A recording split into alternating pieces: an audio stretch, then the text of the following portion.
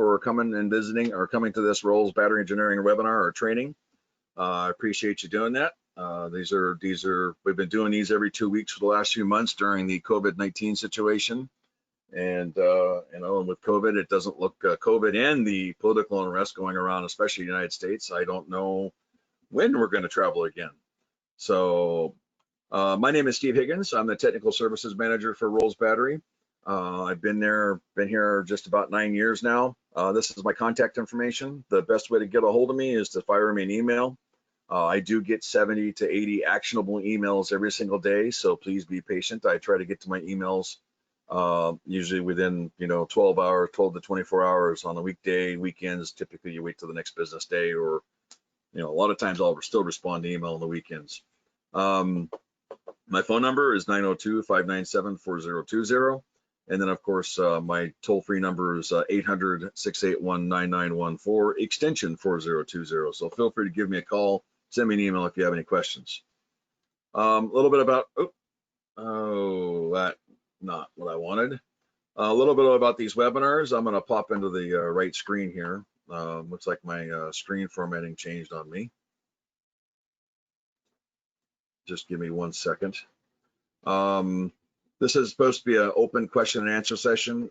We don't typically enable the microphones because that tends to be a bit of a mess, especially with a lot of people are calling in with their phones, or they're calling in with microphones on computers, and the echo sounds pretty nasty. So try to keep these limited. What you want to do is you want to look at your screen and get my laser pointer up. What you want to do is look for the questions pane. So if you go ahead and type the questions in there, and what we'll do is we'll read the questions and we'll verbally answer the questions for each person. So if you want to start typing your questions, I'll go ahead and start some filler material here after I get done talking about this. And the reason for that is that again, we got a lot of mic feedback, and it's not always great. So the audio questions aren't the best thing to be doing. So type your question into the question pane. I will see it, and then I'll read it for everybody, and then I'll answer that question for you. All right. So what I'm going to address today to start with is the first thing I'm going to start with that seems to be a real issue out there in the world is battery temperature sensors. I got to be honest with you, I didn't 100% understand the battery temp sensors until I started working for Rolls Battery, how important it is. In the past, it's been, I looked at the battery temp sensors and said, oh yeah, who needs a battery temp sensor? I live in the Pacific Northwest, and the Pacific Northwest battery temp sensors, it's always between, negative 10 C to 25, maybe 30 C a couple days of the year. So it's a pretty ambient, it's a pretty, mellow area to live in. The bad news is the battery temp sensor is still needed. I get calls all the time from customers in Hawaii or wherever, and they say, oh no, those batteries, they never get above 80 degrees Fahrenheit or 27, 29 degrees Celsius. The problem is that's an incorrect assumption. The purpose of a battery temp sensor is to measure the actual battery, the actual temperature of the battery, not the ambient temperature of the battery bank. Okay, and so what that is there for is it's like, for example, let's say you have an Outback system with an Outback Radian, and you've got Outback charge controllers. The idea is you want to have that battery temp sensor or sensors, depending on how you have that system configured, attached to the side of the longest battery about halfway down. And what that's supposed to do, it's the longest side of one of the batteries about halfway down. And what that's supposed to do is it returns a reading back to the charge controllers and the inverters and tells them at what voltage specifically to charge to. And I'll show you some examples a little bit later on. This is important because if you're not using a battery temp sensor, then you're not properly adjusting your charging voltage based upon what your actual battery temp sensors are. And so just to give you an example of that, let's say your bulk you'll say it's a 48 volt system, and your bulk absorption target at 25 degrees Celsius is 2.45 to 2.5 volts per cell. Okay, and so you have this 2.45 to 2.5 volts per cell. So let's say you set your bulk voltage at 60 volts. So that's your target voltage to get your batteries to accept the current. You raise the voltage up to that 60 volts and you hold it there for the absorption time. So let's say the battery temperature is 33 degrees Celsius. Okay. I apologize for those Americans or those US people who are listening to this. This is all going to be in Celsius. It's easier to deal with. I'm a US citizen, and honestly, metric system gets us all. So you just got to learn it. So battery temperature is 33 degrees Celsius. So what we want is 25 degrees C. And so if our temperature is 33 degrees C, that's an 8-degree delta. Okay, so to figure the battery temp sensor is for flooded lead acid batteries, that's 0.005 times 24 cells times 8-degree delta. And so for every degree C, you need to adjust your voltage down by that number. And so if the battery temperature is 33 degrees Celsius, the battery should actually be charging at 59.4, 59 volts instead. So if you set say you set this to 59 volts, what ends up happening is it reduces, it adds an additional factor to that reduction. And so your batteries never get a full 100% charge. So the biggest problem with not using a battery temp sensor is if you're not using a battery temp sensor, you're not ever properly charging that battery according to where the battery should be charged. And that's going to cause problems with the batteries, probably not the first year, not the second year, probably year 3, year 4, year 5, you're going to start to see battery charging issues or sulfation issues because of that improper charge. So it's very important to make sure you do have a properly installed battery temp sensor. Okay, so for flooded lead acid batteries, flooded lead acid, it's 5 millivolts per degree C. For AGMs, it's 4 millivolts. For gels, it's 3 millivolts. And so that's the millivolts per degree Celsius multiplied by the number of cells in a string. So I've done the calculations here for you. So on a 48 volt system, if you set your battery temp sensor, if you set your battery charging voltage at 60 volts, and your temperature is 35 degrees Celsius, a 10-degree delta, that means that your charge voltage should be lowered by 1.2 volts. If your battery temperature is lower, like say it's 20 degrees Celsius, that's a 5-degree delta, your battery temperature should be 60.06 charging volts. And so it's incredibly important to keep the battery, for the battery to be charged. If you don't, then what's going to end up happening is that battery is going to, is it eventually going to fail from not being properly charged. And so the lack of using a battery temp sensor, most battery manufacturers, including Rolls, require that some sort of battery temperature compensation is installed. If it's not, or it's not installed properly, you may not get a warranty on your product.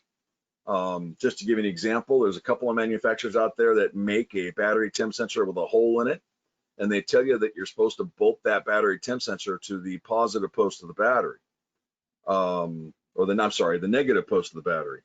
The problem with that is if you do that, your battery is not seeing the correct temperature because the positive post of the battery isn't giving you an accurate representation of what the actual temperature is. I'm jumping to another slide right now, so please be patient with me. I haven't seen any questions yet, so I'm just going to keep rambling on a couple of different topics. Try to hammer a couple of different topics so that we can get some things taken care of. Hopefully this makes sense to you and takes care of your questions. As soon as I get to that slide, I will pop the slide up to show you a couple of pictures of batteries under a thermal event. For example, here's a FLIR camera picture of the top of a battery. Okay, so if I mounted, let's say my battery post is, say, right here. Granted, it's probably around 40 degrees Celsius, maybe 38 to 40 degrees Celsius right here. But the tops of these batteries are all much cooler than the sides of these batteries. And so what's going to happen is that the battery temp sensors up here, or even worse if it's in this blue area, that means that that battery, that voltage charging the battery is going to be much lower or much higher than what it should be when you're actually charging those batteries. And that's going to lead to premature failure of the battery bank.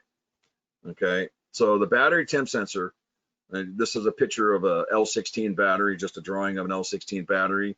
We've got that label spot on the battery. I'm going to put my battery temp sensor right here. And I'm going to put that battery temp sensor there because it's below the level of the plates. Okay, and it's going to be seeing actual and overall battery temperature. You do not put it on the terminal, period. Those manufacturers, and I won't name them, those manufacturers who do say that, the best thing to do is to take some duct tape or some electrical tape, take that thing off, took it to the side, take the battery out a little bit so you can get around it, because the double-sided sticky tape doesn't stick around very long. Take some duct tape, some electrical tape, tape that battery to the side, tape that temp sensor to the side of the battery so it does not fall off, because if you just rely on that double-sided sticky tape, it will fall off eventually. So something to watch out for. If you have a battery bank in general, so this is just a real quick drawing of a 24-volt battery bank with 3 parallel strings of batteries. You always want the temp sensor in the warmest location of the battery bank. So if this were going to be me, you know, say there's no wall here and this is kind of like an open space, I'm going to put the temp sensor probably on one of these 2 batteries, either here, here, here, or here. Okay, so I'm going to go ahead and make some notation. So I'm going to put the battery temp sensors on the sides of the batteries in this location. Okay, so that's where I'm going to put them. I'm not going to put the temp sensor here. I'm not going to put the temp sensor here. I'm definitely not going to put it here, because I'm not going to get an accurate representation of the overall battery temperature. Now let's say there is a wall here. So I'm going to draw a little bad, you know, got to forgive my writing here. It's pretty ugly. So let's say there's a wall there. So now, because there's a wall here and the wall is going to be basically amplifying the heat, I'm going to probably put my battery temp sensors, and I'm going to use O's here. I'm going to put my battery temp sensors probably on one of these batteries. Okay, one of those 3 batteries back in the corner, because that's probably going to be the hottest location. The best way for you to know where the hottest location is in a battery bank, I'm going to go back to the FLIR image, is get yourself what's called a FLIR 1 Pro. Okay, they're about $400 depending on the type you buy. The newest ones, I'm not sure, I haven't looked them up in a while, but the last time I looked, it was about $270, $300, especially for you installers. FLIR 1 Pro will save you. You can plug it into your phone. You can take a look at what the actual temperature, actual temperatures are, and it'll help you judge where to put battery temp sensors. It'll help you judge if you've got loose connections. It'll help you judge if you've got a battery that's been run dry in the past. There's a lot of things that the FLIR ones, the temp sensors, the temperature cameras can do. Worst case scenario, if you go to a hardware store, Canadian Tire, Lowe's, Home Depot, you go to a hardware store, you can buy those little infrared temperature sensor guns, and that'll help as long as you're close to it. That'll help you determine where your battery temp sensor should be. Again, the battery temp sensor should be in the hottest location of the battery bank. All right, here's what not to do. This is a system. It was installed on the west side of the house. You can see the sun behind me. You can see my shadow here, taking the picture. This has an old Xantrex system with some power station inverters. You can see right here, these yellow wires, those are the battery temp sensors. If we zip in, where are they at? They're on the top of the battery. You are not going to get an effective battery temp sensor range because there's there's 2 to 3 inches of space on that battery between the top of that battery to the actual electrolyte level. You're not going to get an accurate representation of what the actual temperature is. The other problem is with this battery bank is it's installed outside. You see this piece of plywood? This piece of plywood was the cover. Batteries should be installed in a cool, dry environment. They should not be installed outside where the weather can get to them. You're just asking for the batteries to die quickly. These batteries made it about 1.5 years to 2 years before they were dead. This battery bank, it actually looks pretty. A couple things I don't like about it is I don't like the radial bends. It shouldn't be a problem to have these wires a little bit longer. This radial bend, because it's bent like this, it's actually reducing the cross section of that cable, and it's not going to conduct as much electricity. So I would probably have this cable under the 6 inches, and then I would have the loop, the vertical loop, instead of nice easy vertical bend. The other problem is, look where the battery temp sensors are connected. Since we're talking about battery temp sensors, I'm going to go ahead and clear. You've got one battery temp sensor from what looks like either a Magnum or a Schneider, and then you got a battery temp sensor here from a Midnight. Again, they're both attached to the top of the battery. They're on the right battery. I would put that temp sensor on one of these 4 batteries on the inside walls. Okay, but what I would do is I would disconnect this battery, lift this battery out, and I would put the temp sensors. I would probably put the Midnight temp sensor here and put the Magnum or Schneider temp sensor here, and that's where I would put it. You're gonna live life. Those batteries, they're gonna enjoy those temp sensor readings much better. Obviously, the temp sensor didn't work in this case. You can see this is what happens to AGM batteries when the batteries get too hot. Basically, what's happened here is the temp sensor was attached to the top of the battery bank.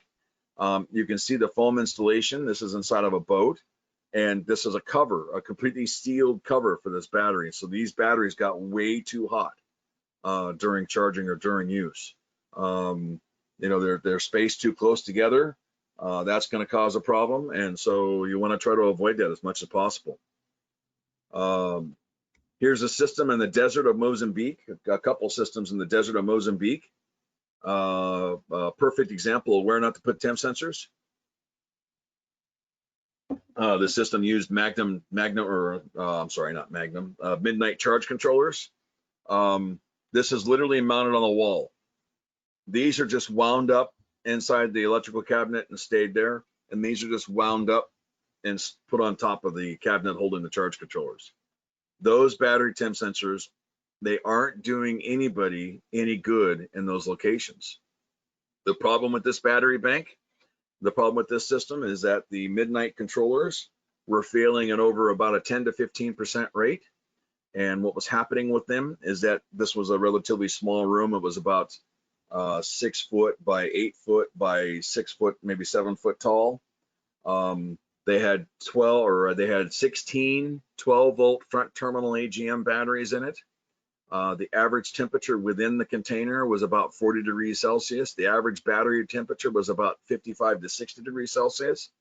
And without those battery temp sensors, the charge controllers were making it worse because those AGM batteries were gassing so excessively. AGM batteries do gas, and so those AGM batteries were gassing excessively. That was permeating the charge controllers because the battery rack is right over here. And so if we look at this box here, the battery rack was right next to it. This is actually that's the cabinet that held all the batteries, this black cabinet here. What was happening was that that room was being filled with hydrogen sulfide gas, and that hydrogen sulfide gas is extremely corrosive. And so all the terminal connections inside the charge controller that can't be conformally coated were all covered in corrosion. So that was killing those batteries, or I'm sorry, it was killing those charge controllers, and it was killing the batteries. The company had to swap out batteries fairly quickly after that. So at that point, I don't see any more questions, so I'm going to keep just rambling. Hopefully I'm not boring everybody to death. I haven't looked at the attendee list yet, but there's a few people that are hiding. Anyway, so I'm going to move on to another near and dear topic, and that is troubleshooting. And so we're probably not going to get all the way through all these troubleshooting slides, but I'm going to go ahead and do my best to get through them. And so a couple of things I'm going to show. I love pictures because pictures, as they say, let's say the pictures, better than 1,000 words or 100 words or whatever they say. It's been a rough morning, so I haven't slept in a few days. But anyways, if you look at this picture, the first thing that we see right off here, or first thing that some people see, is right back here. You kind of see something funky going on with the connections back there. This picture is actually in Kenya. But the other thing that's really important is that they're OPZ-S batteries, which means they're a flooded lead acid battery.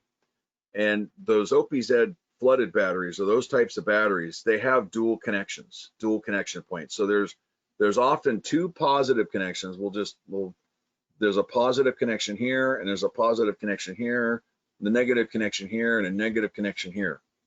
You have to make all your connections. So with this battery bank, this right here is the positive from the inverter system. There needs to be dual cables going back to the inverter systems. And so you have to have a connection here. These two negatives connect to those positives here.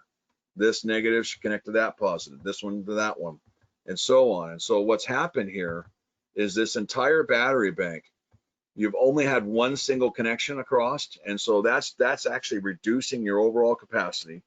And it's going to cause a problem with your batteries as they age because you're not properly hooking those batteries up.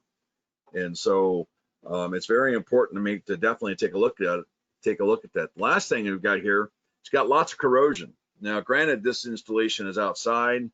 It's basically outside. They're Hopica batteries, which, they're decent batteries. And of course, this wonderful connection here. There's even corrosion right in here, as you can see, and I'll clear that out a little bit, but I wanted to highlight it. There's even corrosion you can see inside that terminal. And so that's going to cause problems with your overall battery bank. When you fix something, do your best. What they should have done is they should have made a bus bar, take a copper bar, drill some holes in it about the same size and thickness, drill some holes in it, use that to make your connections. The wires work in a pinch, but those wires have been there for a couple of years, you could tell. When you fix it right. Don't just jerry rig it, fix it right. One of the wives' tales that cracks all of us up, especially us in the battery industry, is one of them. I got two favorite ones. The first one is putting batteries on concrete.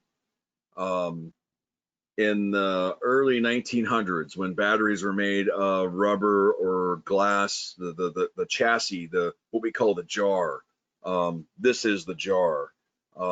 That was made of a glass or a rubber material that was extremely conductive to heat and or cold.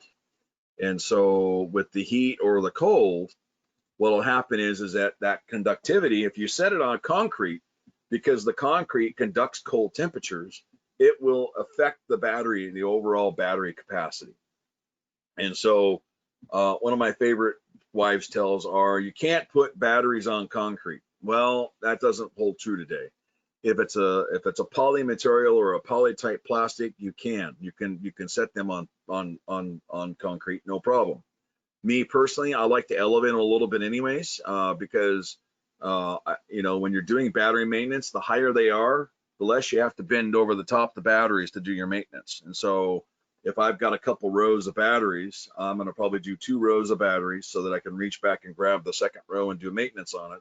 And the higher that battery is, the easier it is for me to do maintenance. So I'll take the first row against the wall and I'll elevate it about 6 inches. So I'll build like a 4x6 former. And so I'll take 4x6 boards, make a little platform for all the batteries in the back to sit on.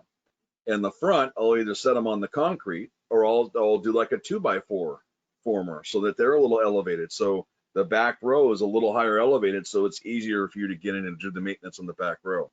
Otherwise, people don't do the maintenance.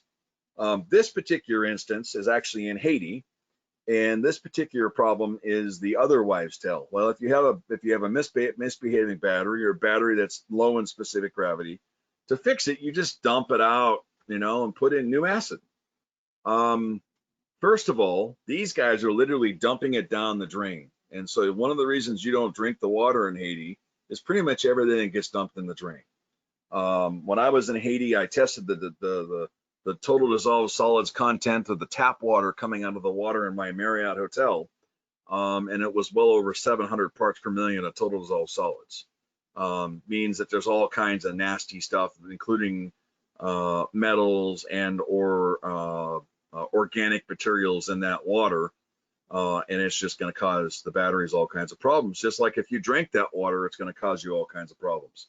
But what these guys did is they dump it out and they put in new battery acid, and that is what we call a temporary fix. Now, what will happen is because you've got a higher concentrate of acid, those batteries, you'll see more capacity out of those batteries for about 1 to 3 months.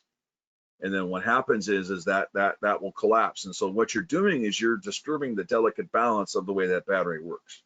When a battery charges and discharges, when it discharges, say you've got your lead plate with your lead oxide plate, or you got your lead plate and your positive plate with the oxide material in it. And so you have to have two different unlike materials to make the battery work. That's in a vat of electrolyte or a sulfuric acid mix, which is 68% water, 32% sulfuric acid. So what happens is that when you discharge that battery, the sulfate and the sulfuric acid populates on the plates. When you go to charge the battery, it pushes the sulfate off of the plates back into the electrolyte. And so as you have a battery that sits in a state of discharge, or it's not being properly charged, what's going to happen is that sulfate's going to harden on the plates. If you just dump it out and throw in more electrolyte, you're going to increase that sulfate content, which will temporarily give you more capacity. But what it does is it also introduces more sulfate material, which causes more sulfation, which will eventually cause the battery to flat out collapse. It's not a good thing for the batteries. So you don't want to do that. Here's another one, another little great picture that I enjoy talking about. This is actually system's actually in the near Bellum upon Belize. It's about 2 hours outside of town. Basically, what you have here is you have an industrial forklift battery, and that industrial forklift battery, they are connected to a bunch of Group 31 tall batteries. They're basically in parallel, and so as the batteries are dying, they're just adding more batteries to get more capacity. You do not want to do that. Mixing batteries is bad news. Period. When it comes to warranty, we swap out batteries. We don't do it all the time, but we probably swap out maybe 1 or 2 batteries a month. And let's say that system's 4 years. Basically, what you're doing is you're sacrificing that battery for the rest of the battery bank. Okay. If you buy a set of S6L16HCs, which are the equivalent to the S550s, and then your client 3 years down the road realizes he's put in more loads, or he's using more power, he needs a bigger battery bank, so he puts in another parallel string of S6L16HCs. That new string of S6L16HCs now becomes the same capacity as those old batteries. And when those old batteries fail, he has to replace the entire battery bank. You can't just keep hopscotching, old and new batteries together, because if you do that, your customer is going to have perpetual problems.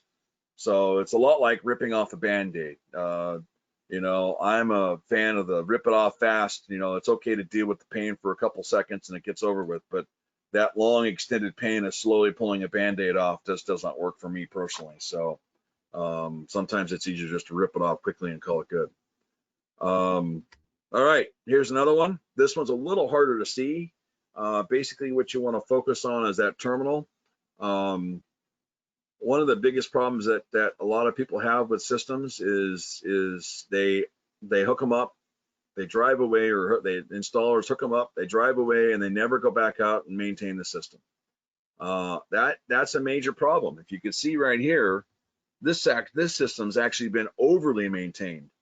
I'm not going to draw on all of it, but if you can see, you see this little gap here, and you also see the little curling of the terminal here. What's happening is that this must have been the Incredible Hulk who's tightening these connections, because they are just reefing on these connections, and it's actually causing more problem because the washer's biting in. And so right here is where you're actually making connection to the terminal, but on this all around this entire outside, you're not making any connection to the terminal because it's over tightened. Loose connections, over tightened connections. It's a lot like Goldilocks and the Three Bears. You know, there's too tight, too loose, and just right. So it's a good idea that when you are making connections, if you're a homeowner or if you're an installer, go out and buy a torque wrench. You can go out and buy, there's 2 torque wrenches you need. You need a smaller torque wrench for nanometers up to 10 or 12 nanometers, and then you need a secondary torque wrench all the way up to 25 foot-pounds. And so what you want to do is you go through, look at the torque specs. I typically will torque spec about 1 to 2 foot-pounds below the top end spec, and just plan on going back out and retorquing once every 6 months. And the reason for that is that if your torque wrench isn't properly calibrated at least once a year, and you're not properly taking care of your torque wrench by resetting it back to 0 after every single time you use it, it's going to fall out of spec, and you could over torque the batteries, and that would snap the terminal off. When you snap a terminal off, it's not a warranty situation. It's a problem with over tightening and not using the proper equipment to do your installations. This battery bank, this was the set of the first YS62s that went out, some 570-pound monsters that we manufacture. The guy installed it, hooked it up, didn't work. He got like 18 volts, 18, 20 some odd volts across the battery bank, and couldn't figure out why. What I would do is when I'm hooking this up is I'm going to check voltages between my series string. So I'm going to check my, like, for example, this is my positive connection right here. This is my negative connection there. So I'm going to take my positive of my voltmeter, I'm going to attach it here, and I'm going to check my negative back here. Actually, it's my negative on this one's back here because they burned it. And so I'm going to check that, and I'm looking for 2, 4, 6, 8, 10, 12 volts. I'm looking for 12 volts. Why wouldn't I get 12 volts? Well, there's no cable here. There's no cable here. There's no cable here. There's no one here or no one here, nor here, here, here, here, here. Neither is here, here, here, here, or here. You want to go back through and make sure you've got connections. So I'm going to go through and measure 12 volts, 12 volts, 12 volts, 12 volts equals 48 volts. And so from here to there, I should get 48 volts. So you need to go through as you are hooking them up. Make sure you put a voltmeter on it. Make sure you check to see what the voltages is. It's going to save you a whole lot of time. I can't tell you how many times I've hooked up a battery bank 48 volt system and I'm getting 44 volts. Okay, and it's because I might have swapped one of the positive negatives. Like, for example, this one, the negative is here, the positive here, negative, positive. They've swapped them to make the connections smaller, which is fine. But often if you don't get those orientations right to begin with, then sometimes, depending on the guys who are actually making the connections, you can have issues. There's just another up close of those pictures. So most of you who have been to my webinars or been to my events, you know, complete this statement: batteries don't die, they're murdered. 95% of the warranties that we do are what we call goodwill warranties, warranties that are taken care of to make the customer happy. Just to give you an idea, a couple months ago, we swapped out 3 batteries out of a system on Vancouver Island. The entire system was underperforming. The batteries were, you know, these 3 batteries were very low on voltage. They dropped to less than half a volt each cell on a 2-volt battery. Obvious warranty, right? Well, when we got the batteries back, we found so much corrosion in the batteries that the battery had gotten so hot that the active material had cooked off both the negative and the positive plates. And so those batteries had been well abused pretty much their entire life, their entire 3 years they'd been around. You know, that happens. And so this next slide is chemical equations. I kind of talked about it. I'm not going to get into it a bit more. I'm gonna fast forward a little bit. Pop quiz, and eventually I'm going to set these up so I can do polls so people can answer these questions. But pop quiz: if you take a 55-pound lead ingot and you dropped it into a 55-gallon bucket of water, what would happen to the lead ingot? Well, lead is soluble in water. And so what happens to one of the biggest problems with batteries in general, especially lead acid batteries, is that when you operate a battery at a low state of charge for a long period of time, what ends up happening to the battery is the battery loses plate material, and that plate material loss, you lose capacity. And so it's incredibly important to make sure that you properly charge your batteries. And that is the #1 cause of failure of all these batteries that are out there. Again, 95% of my phone calls, I answered 40 emails this morning, and 35 of those emails were about charging settings. The email goes like this. It goes, yeah, I've got these S6L16 batteries. I've had them in for about a year. I can't get my specific gravities above 1250. What am I doing wrong? And you talk to them and they find out they've got, 4 kilowatt of solar on an Outback FM80, and he's got his absorption voltages set at 58.6 or 58.2 or 59.2 or, and his charging voltages are all low. You go into absorption because it's buried into a different menu. It's not even under the charging menus, and his absorption time is set to 1 hour. And so the settings are incorrect. And so something to keep in mind is that every system is different. There is no magic bullet.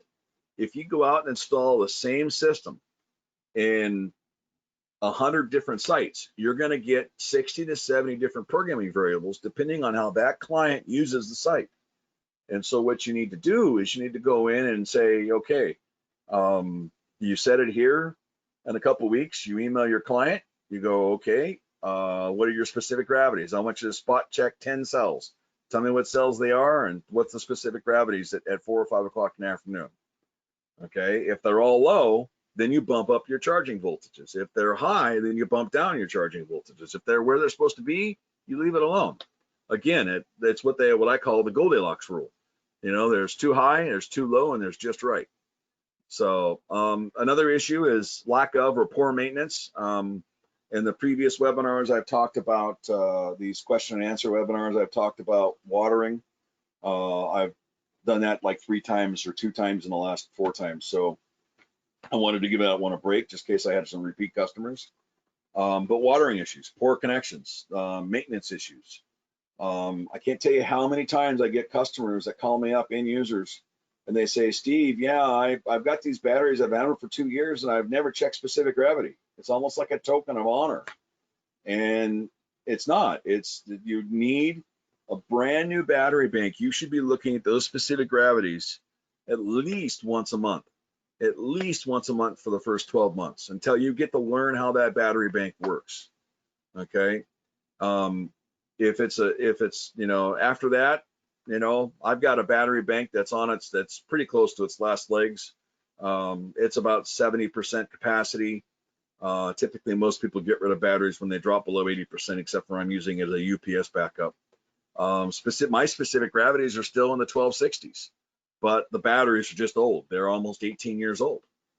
And so granted, this is my 3rd battery bank. My first 2 battery banks I trashed, but this one's I've taken pretty good care of because I learned my lessons. Excessive heating is another problem. Improper positioning of temp sensors. We talked about that. Installing them outdoor. We talked about that. Poor choice of install locations. Again, every battery manufacturer, if you look at their manuals, they tell you specifically to install your batteries in a cool, dry environment. And the reason for that is that the batteries are what's going on in the battery is a chemical reaction. Okay. So that chemical reaction is based upon the temperature that they're in. I know me, when I get outside and it gets above, 78, 80, 82 degrees, I start to sweat. That's a chemical reaction. My body is trying to regulate itself because of the temperature. batteries can't sweat. So what happens is you start to lose capacity or life of that battery. So it's not a good thing, not a good thing at all. So what you want to do is you want to put them in a cool, dry environment. Now, I'm not going to tell you you need to go and air condition all your battery banks. And the reason I'm not going to tell you that is because if you're putting in 4 6-volt L16s, or if you're putting in 8 6-volt L16s, that's $2,000 to $4,000 worth of batteries.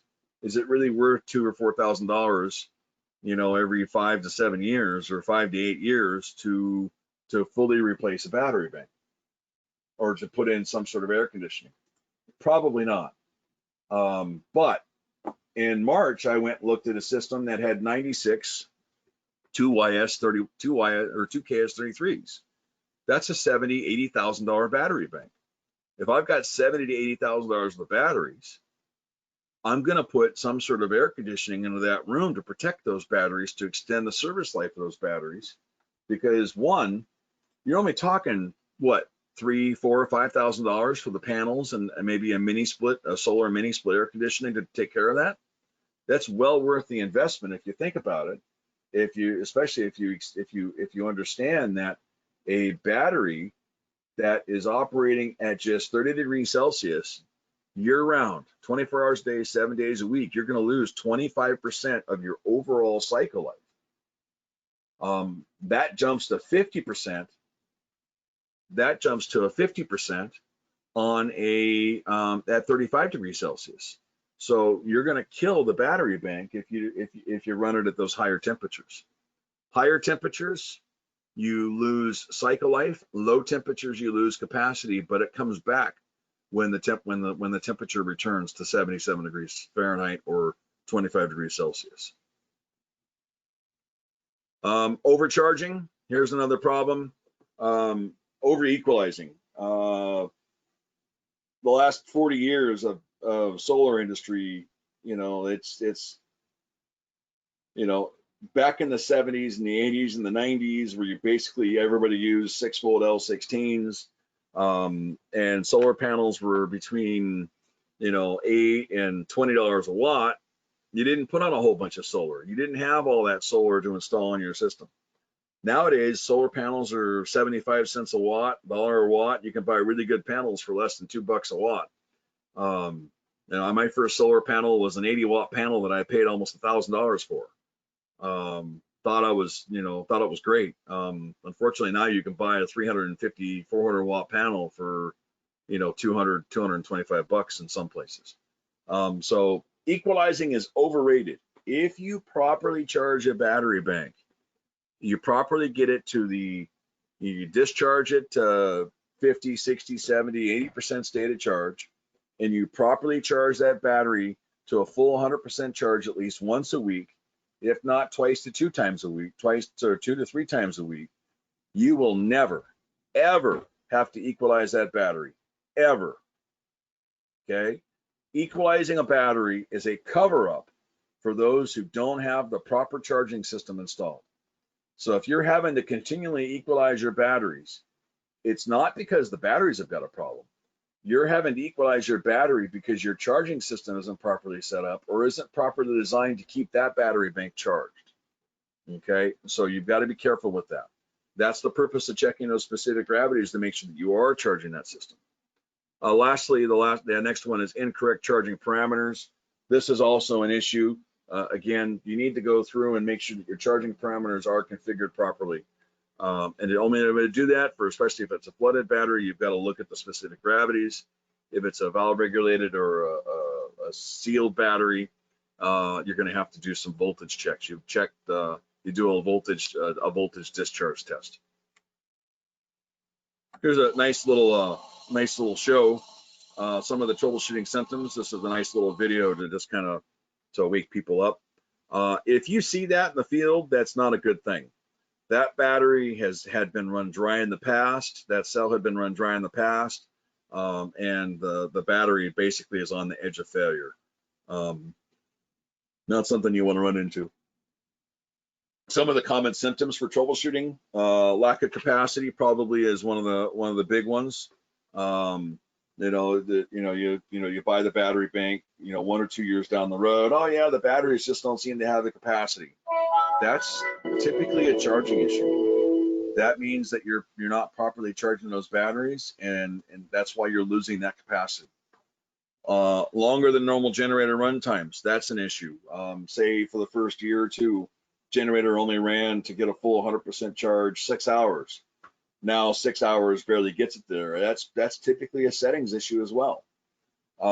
Excessive or no water usage. Excessive water usage indicates a short. No water usage indicates an open. And so you want to keep an eye on those water usages and see and verify that you are properly charging them.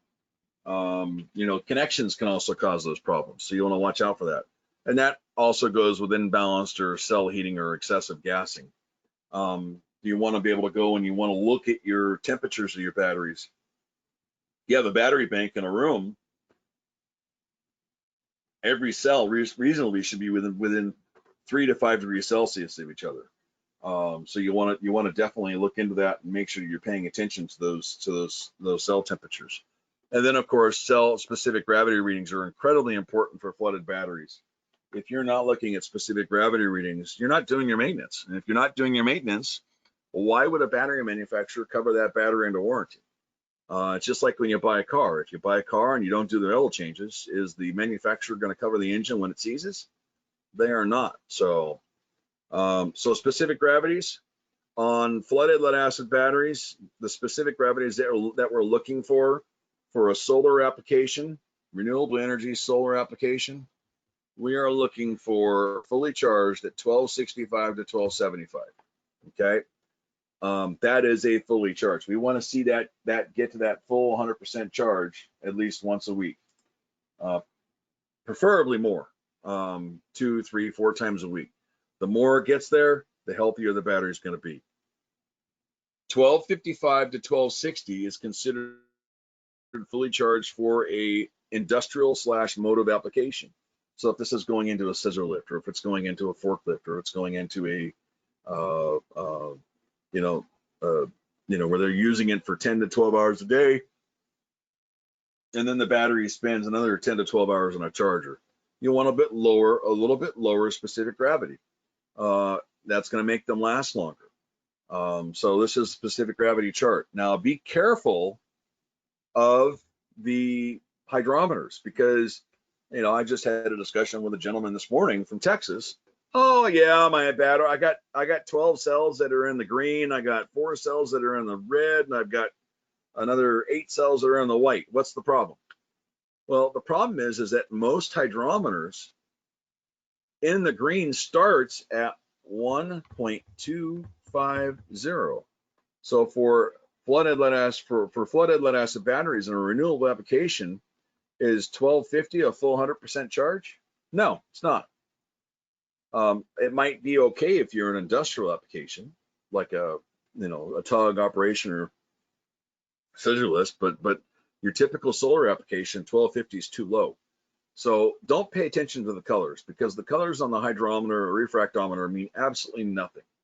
Look at the numbers. And so the way what I use to talk about the numbers is, this is 1215, this is 1235, this is 1180, 1255. I drop the decimal point so it makes it easier to talk faster and get to the answers quicker. All right. So using voltage as an indication of health. Now this is the only place that you're going to find this slide. It used to be in a lot of marketing documentation. The problem is it's just misleading.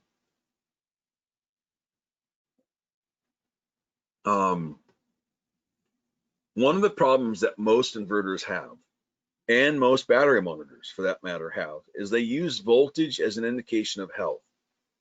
The problem is they don't take what's called Puchert's theorem in consideration when they're looking at that voltage.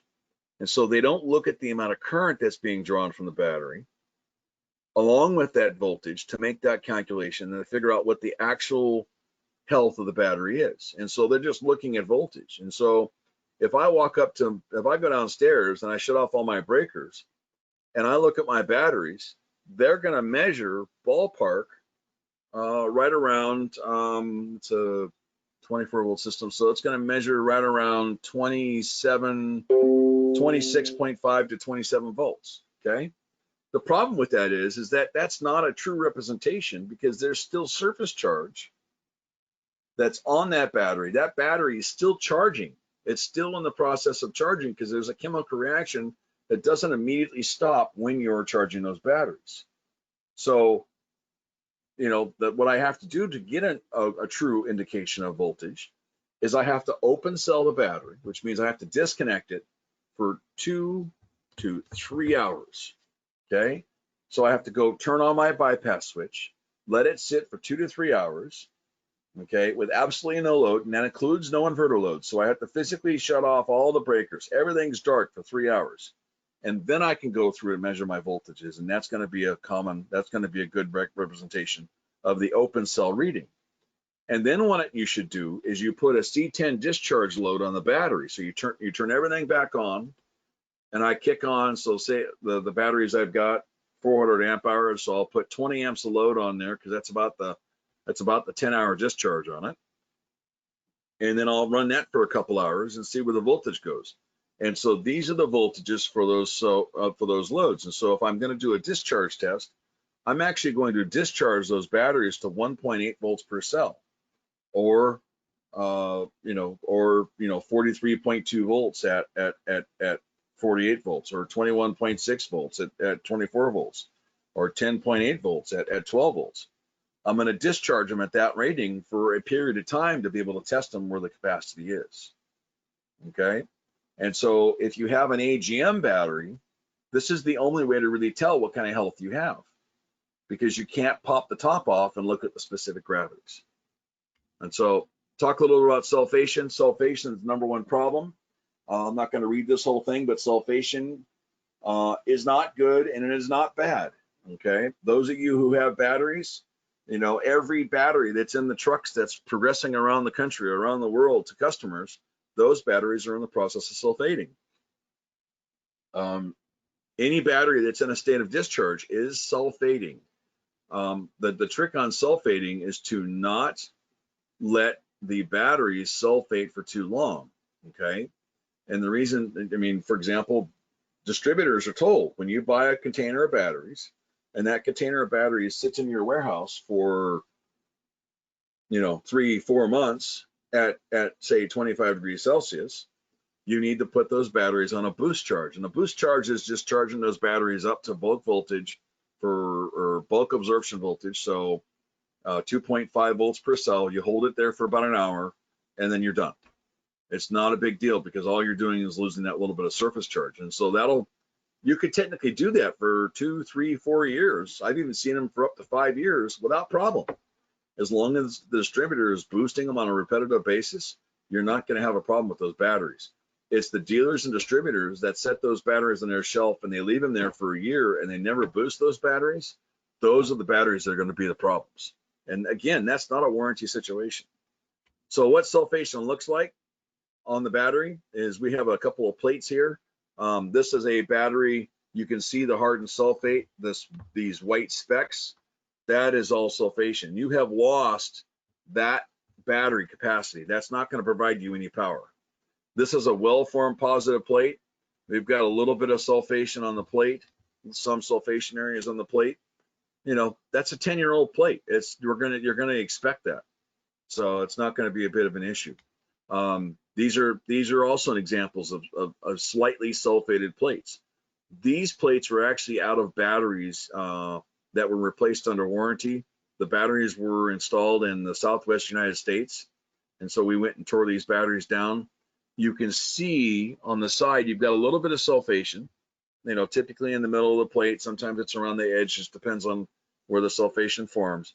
The problem that you see is on the edges. You see where the edges here, you start to see this plate material. It's actually starting to come off. We've got a lot of plate material residue here. This is the positive plate. This is the negative plate. And so what's happening is it's happening around the edge here. You're starting to lose active material, okay? That is caused by heat, excessive heat, okay? And so here's another picture of sulfation. This is in Jamaica. these are both positive plates. And you can see basically you've got a little bit of heat damage, but a whole lot of sulfation. Not good for the batteries at all, and that's just going to kill your batteries. Signs of sulfation during charging. Typically during the bulk stage, the voltage per cell rises very quickly. So you see voltage go from 47 volts, it'll jump right up to 60 volts in 20, 30 minutes. What used to take an hour or two, hour or 60, 90 minutes, now takes 20 or 30 minutes to get there. That's a symptom, the first symptom of sulfation. You know, you get specific gravities that are all consistently low. And then eventually as you go, as you continue on, what will happen is those specific gravities, you'll start getting the lower resistive batteries will start getting higher specific gravities. The higher resistive batteries will get lower specific gravities, and now you're going to have to start equalizing to recover those batteries. Okay. So how you fix this stuff is that you have to adjust you have to recheck your bulk absorption voltages, your absorption times, your programming settings. You have to check all that. You know, if you adjust, you become more aggressive with those settings. If that doesn't fix it, then you do an equalization.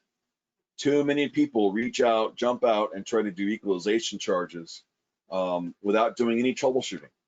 So unfortunately, there are a lot of techs out there who are troubleshooting battery banks like anything, who couldn't troubleshoot themselves out of wet paper bags. So you want to be careful of that. All right. So preventative measures on sulfation. Record those specific gravities. Take a look at the specific gravities and see where they're at. That'll tell you if they're sulfating, and that'll tell you if your settings are incorrect. You know, make sure your times and your programming set. Manually verify your battery achieves that 100% state of charge every 7 to 30 days.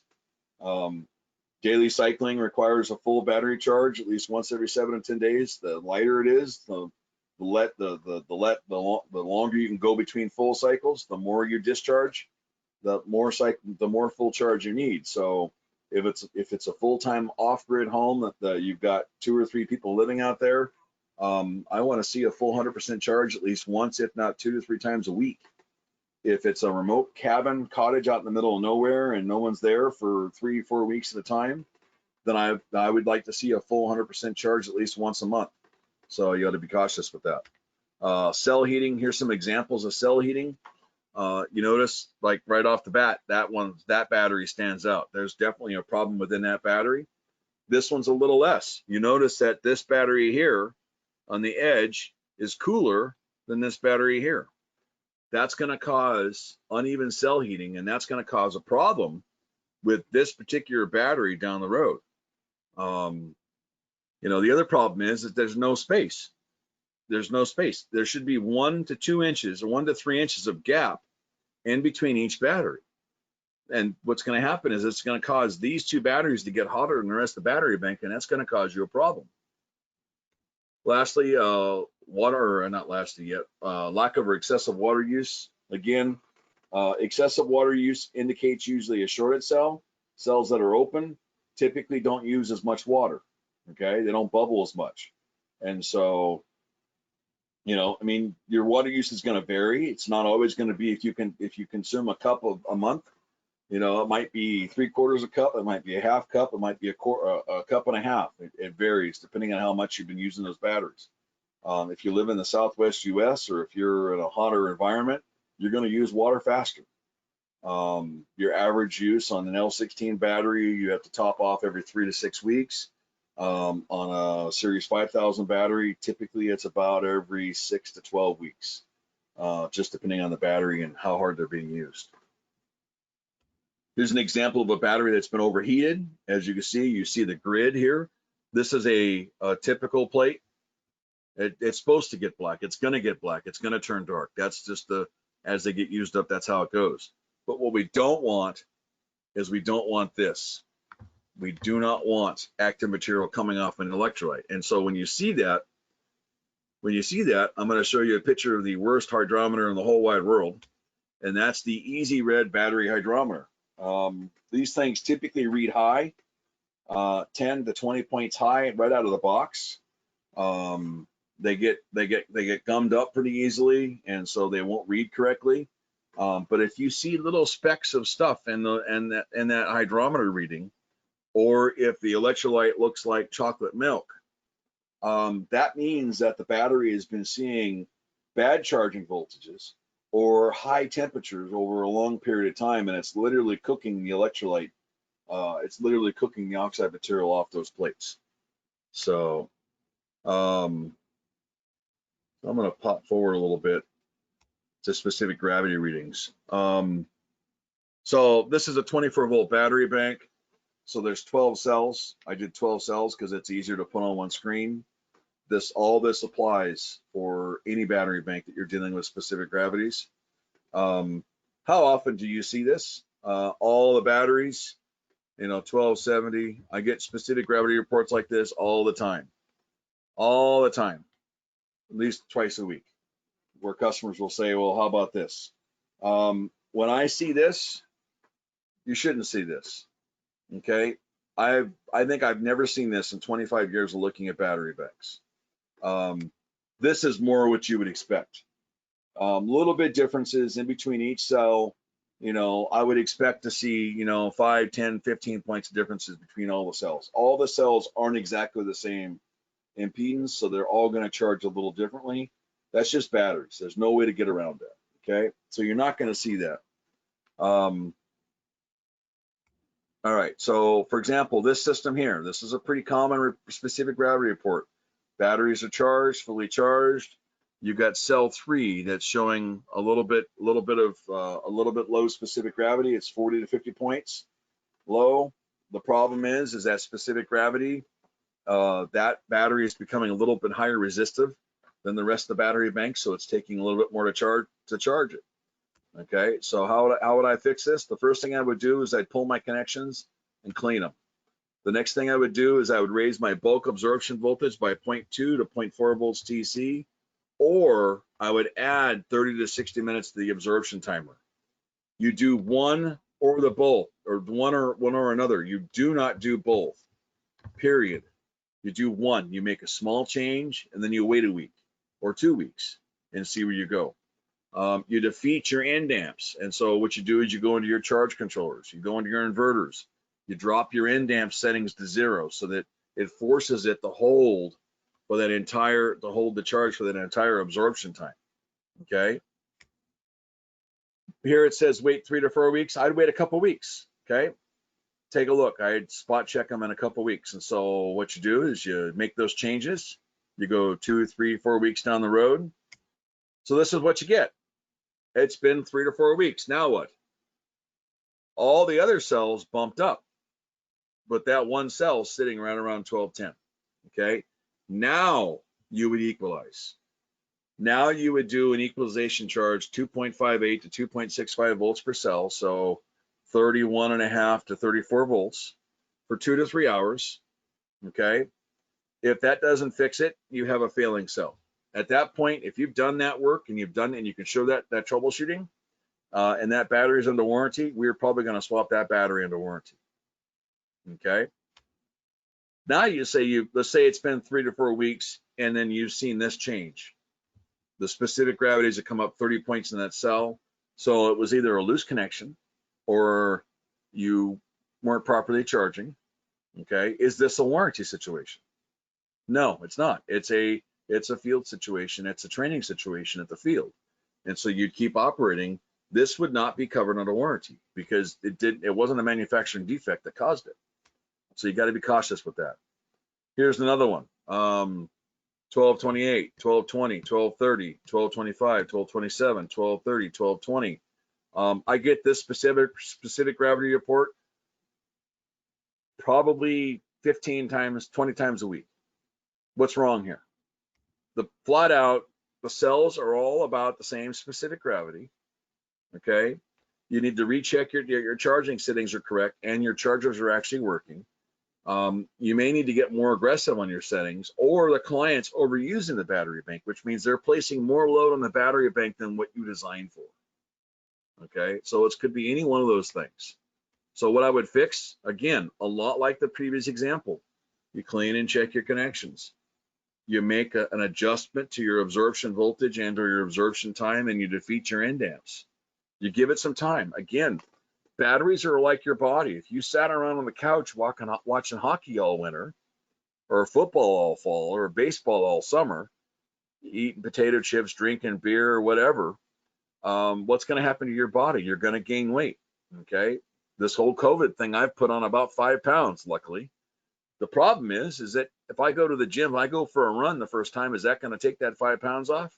No, it's going to take a couple weeks of work to get that extra weight off. The same thing goes for batteries. When you get batteries that are this state, okay, it can take 3 to 6 weeks to bring those batteries up to above a 1260 specific gravity. Okay, it's not something that happens immediately. It's not something that happens, from Tuesday to Wednesday. It's you're trying to force a chemical reaction, and that's going to cause you problems. Unfortunately, I know this world's become an immediate satisfaction world, but when it comes to batteries, there is no such thing as immediate satisfaction. So 2 to 3 weeks later, you made some changes. Now your specific gravities look like this. Okay. If this battery bank was a year old, I'd keep going. If this battery bank was 4 or 5 years old, I would probably be happy with these settings, with these specific gravities at this point. So you just want to watch out for that. If they do this, okay, if they do this and you still have, it's still a little bit low, we would probably look into maybe doing a warranty swap out. We might want you to do it a couple more weeks.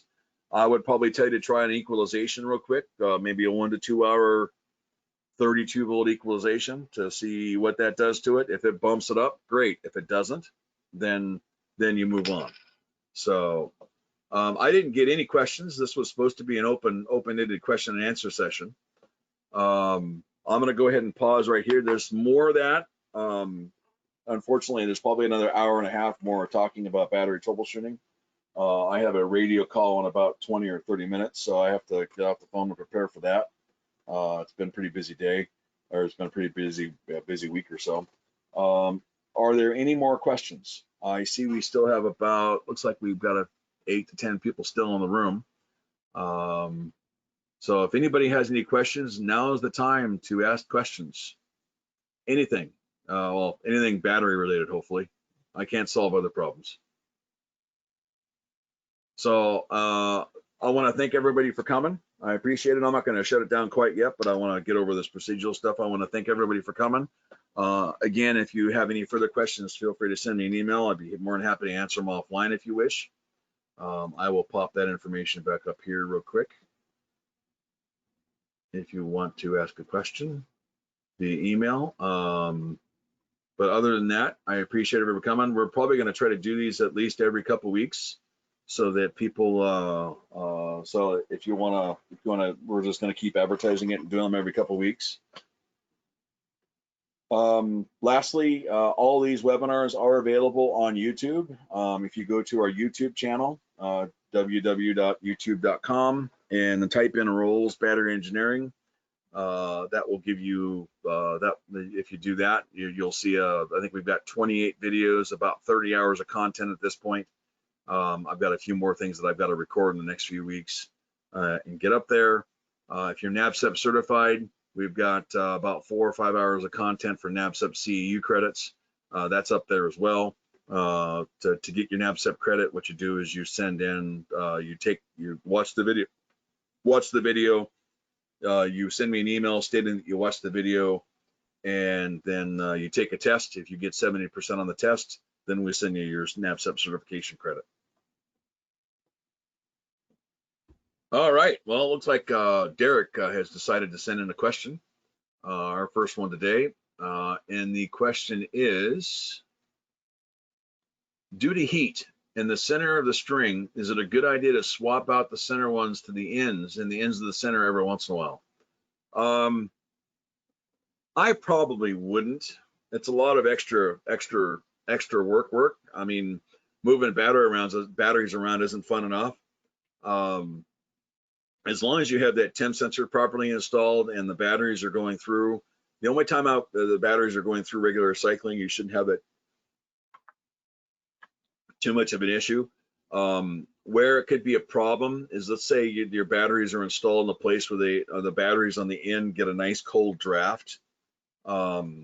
I've actually got a FLIR image of a battery bank where the batteries were literally installed next to the slide up door, and the batteries in the wintertime on one side of the battery bank are completely dead cold, while all the batteries on the inboard side of the house are the batteries are cold. They're probably 15 C, while the batteries on the other side are 40 C. That's not a good thing. If you do have that case, what I would probably do is I'd probably build a box around the batteries. You want 6 to 8 inches of room around the box. And then once you get that 6 to 8 inches of room, you're going to want to insulate that box in the wintertime and then move the batteries apart in the summertime. One of the nice little things that I don't know how many people had home power subscriptions, but you can actually get them now. I'm actually going to bring the article up right now, so if you just be patient for a second. Home Power did a great article by Alan Sendelar on battery box design, and so if you do just a web search on the internet for this will pop up. Give it a second for it to populate. Now it's a little dated. The article was written some time ago. I don't even know exactly when, but it was March 2011, and it was written Home Power issue number 141. So if you do a search on Home Power for just a Google search, it should pop up. A lot of the Home Power articles are available out there for free now, since Home Power went out of business a couple of years ago. But this is just an article over general battery box design. Got pictures. It's a really clean, nice way. Of course, the system here, Alan's got pictures of a couple of looks like to be 6 CS25s maybe. And it goes over all of the intricacies of actually putting together a battery box and designing the battery box and making it a safe place to store your batteries. So it's a nice little article about it. And if you build a box around those batteries and they're in this box, your temperature within the box is going to be pretty uniform, even if you do have a door or something blowing cold air. So hopefully that answered your question, Derek. I appreciate the question. We've lost a few people. So again, I want to say thank you for everybody for coming. I appreciate it. And again, if you have any offline questions, feel free to send me an email. Everybody have a good day, and appreciate you for listening, and wash your hands and stay away from the crazy riots. Take it easy.